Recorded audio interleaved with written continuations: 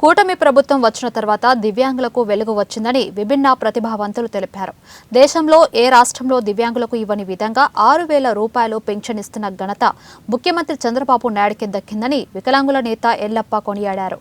ఎన్నికల సమయంలో 3,000 పెన్షన్ను 6,000కు పెంచుతామని చెబితే నమ్మలేదని, గెలిచిన వెంటనే 6,000 రూపాయలు ఇవ్వడంతో దివ్యాంగులకు సమాజంలో గౌరవం పెరిగిందన్నారు. తమకు అన్ని విధాలా సహకరిస్తున్న ముఖ్యమంత్రి, ఉప ముఖ్యమంత్రికి ఆయన ధన్యవాదాలు తెలిపారు.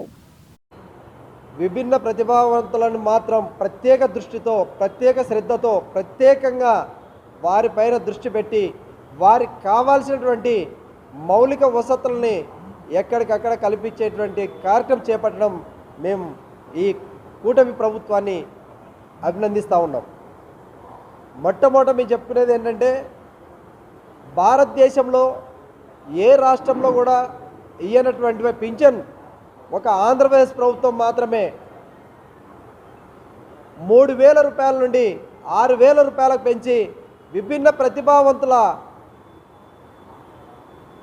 జీవితాల్లో ఉన్నటువంటి చీకటిని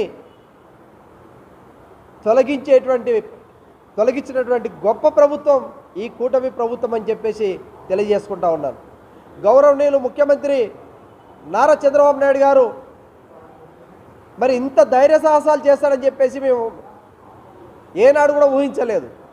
ఒకవేళ పెంచితే కూడా ఏదో ఒక 1,000 రూపాయలు 1,500 పెంచుతాడని చెప్పేసి అనుకున్నాం. కానీ ఒకేసారి 3,000 రూపాయల నుంచి 6,000 రూపాయలకు పెంచడం అంటే ఎంత ధైర్య సాహసాలో దీన్ని బట్టి అర్థం చేసుకోవాలని ఈ సమాజానికి, అలాగే విభిన్న ప్రతిభావంతులను కోరుతా ఉన్నాను.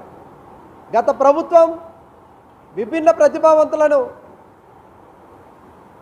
సర్వనాశనం చేసి వారికున్న సంక్షేమ పథకాలను, వారికున్న చట్టాలను, వారికున్న ఇతర కార్యక్రమాలన్నింటినీ కూడా తుగ్గలు తొక్కితే ఇప్పుడు వచ్చినటువంటి ప్రభుత్వం, ముఖ్యంగా గౌరవనీయులు ముఖ్యమంత్రి నారా చంద్రబాబు నాయుడు గారు విభిన్న ప్రతిభావంతుల పైన పెట్టినటువంటి